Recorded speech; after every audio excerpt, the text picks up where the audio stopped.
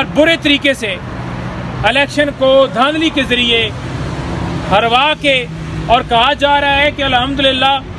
جو ہے وہ فتح ہوئی اور اللہ تعالیٰ نے سرخرو کی ہے. نہیں، آپ جو سرخرو ہوئے ہیں نا جی، وہ آپ بوٹ پالش سے ہوئے. آپ نے جو بوٹ پالش کی ہے اس سے آپ سرخرو ہوئے ہیں، اور یہ پوری قوم جانتی ہے. جمعے کو پاکستان تحریک انصاف نے کال دے دی ہے،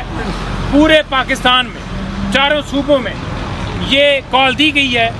اور ہم یہ صدا کرتے ہیں کہ پوری قوم اب نکلے اور اپنا جو فیصلہ ہے اب سڑکوں پہ ہوگا. اب عدالتیں جو ہیں وہ، اور یہ پولیس اور یہ جو ریاست ہے یہ ظلم کر رہی ہے، اور ہر چیز عدالتوں سمیت تماشا دیکھ رہی ہیں. پولیس کے ذریعے اور نامعلوم افراد کے ذریعے یہ دھاندلی کی گئی، اور وہاں پر صحافی حضرات جو رپورٹنگ کر رہے تھے، جو حقائق جو سچ بتا رہے تھے، ان کو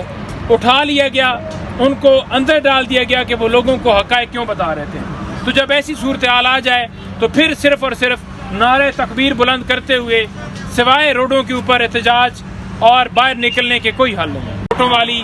اور خود سے فارم 45 تیار کر کے قوم کے اندر پھر جو ہے ان کے سامنے رکھا گیا کہ دیکھیں طاقت کا جو سرچشمہ ہے وہ عوام نہیں ہے بلکہ وہ نامعلوم لوگ ہیں. اب آپ دیکھیں کہ عمران خان نے جو ہماری ریسنٹ 8 کے بعد ملاقات ہوئی تو انہوں نے کہا کہ اس الیکشن کے اندر سب سے جو بری چیز ہوئی ہے وہ مایوسی ہے. اور مایوسی کس طرح سے ہے کہ 5 سال کے بعد وقت آتا ہے اور ایک بندے نے ووٹ کاسٹ کرنا ہے، اور اگر 5 سال کے بعد اس کو ووٹ استعمال کرنے کا جو اس کا حق ہے وہ اس سے چھین لیا جائے گا تو پھر اس کا وہ مایوسی جو ہے وہ کبھی ختم نہیں ہوگی.